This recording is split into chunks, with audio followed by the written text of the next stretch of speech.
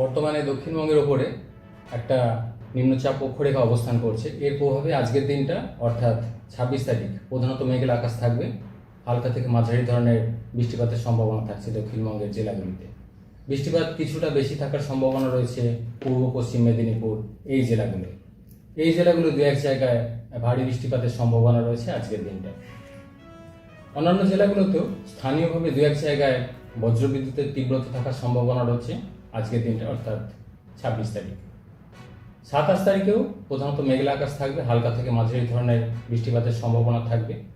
কিছুটা বৃষ্টিপাত কমবে তুলনামূলকভাবে 28 তারিখে।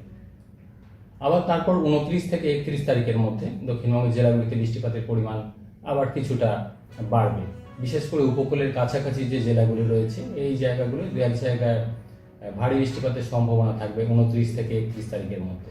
যদি 29 তারিখে বলা হয়, উত্তর দক্ষিণ 24 পরগনা, হুগলি, পূর্ব মেদিনীপুর এই জেলাগুলিতে কিছুটা বৃষ্টিপাতের পরিমাণ বেশির দিকে থাকার সম্ভাবনা এবং দু এক জায়গায় ভারী বৃষ্টির সম্ভাবনা 29 তারিখে। 30 তারিখেও উপকূলের কাছাকাছি এবং পার্শ্ববর্তী কয়েকটা জেলা যেমন দক্ষিণ 24 পরগনা, পূর্ব পশ্চিম মেদিনীপুর, ঝাড়গ্রাম, বাঁকুড়া এই জেলাগুলো দু এক জায়গায় ভারী বৃষ্টিপাতের সম্ভাবনা থাকবে 30 তারিখে।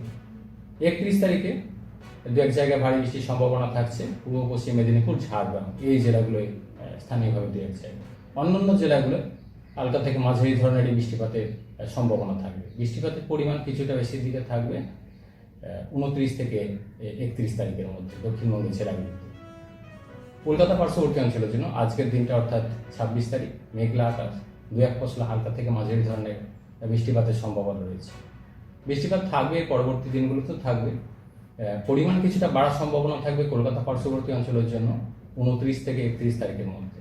এই পিরিয়ডটায় কলকাতা পার্শ্ববর্তী অঞ্চলের জন্য মেঘলা আকাশ থাকবে, দু এক পশলা হালকা থেকে মাঝারি বৃষ্টিপাত থাকবে। বৃষ্টিপাতের পরিমাণ কিছুটা বাড়বে কলকাতা পার্শ্ববর্তী অঞ্চলের জন্য 29 থেকে 31 তারিখের মধ্যে।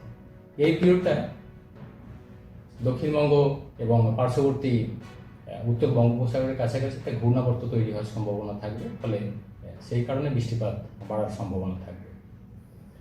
উত্তরবঙ্গের ক্ষেত্রে আজকের দিনটা অর্থাৎ 26 তারিখ কিছুটা বৃষ্টিপাত বেশি থাকবে দার্জিলিং, কালিম্পং, জলপাইগুড়ি, কোচবিহার, আলিপুরদুয়ার এই জেলাগুলোয় দু এক জায়গায় ভারী বৃষ্টিপাতের সম্ভাবনা থাকছে আজকের দিনটা। 27 তারিখেও কিছুটা বৃষ্টিপাত বেশি থাকবে জলপাইগুড়ি, আলিপুরদুয়ার এই জেলাগুলোয় 27 তারিখেও দু এক জায়গায় ভারী বৃষ্টিপাতের সম্ভাবনা থাকবে। তারপর ধীরে ধীরে উত্তরবঙ্গের ক্ষেত্রে বৃষ্টিপাত পরবর্তী দিনগুলোতে কিছুটা কমের দিকে থাকবে। আর গরম বা হিউমিডিটি, আর্দ্রতা বেশি রয়েছে আমাদের রাজ্যের ক্ষেত্রে, বিশেষ করে দক্ষিণবঙ্গের ক্ষেত্রে। সমুদ্রের কাছাকাছি অবস্থানের জন্য দক্ষিণবঙ্গে আর্দ্রতার পরিমাণ বেশির দিকেই থাকবে, ফলে আর্দ্রতার কারণে অস্বস্তি কিছুটা থাকবে। তবে মাঝে মধ্যে বৃষ্টিও থাকবে। দিনের তাপমাত্রা খুব বেশি যাবে সেরকম না। কলকাতা পার্শ্ববর্তী অঞ্চলের জন্য দিনের সর্বোচ্চ তাপমাত্রা 32 ডিগ্রি কাছাকাছি থাকার সম্ভাবনা। এবং তারপর 29 থেকে 31 যে পিরিয়ডটা বলা হলো, এই পিরিয়ডটায় বৃষ্টিপাতের পরিমাণও কিছুটা বাড়বে, ফলে বৃষ্টিপাতের কারণে আবার টেম্পোরারি রিলিফও হবে। কিন্তু যেহেতু উপকূলের কাছাকাছি আমাদের খুব অবস্থান, ফলে আর্দ্রতার কারণে অস্বস্তি থাকবে দিনের দিকটা।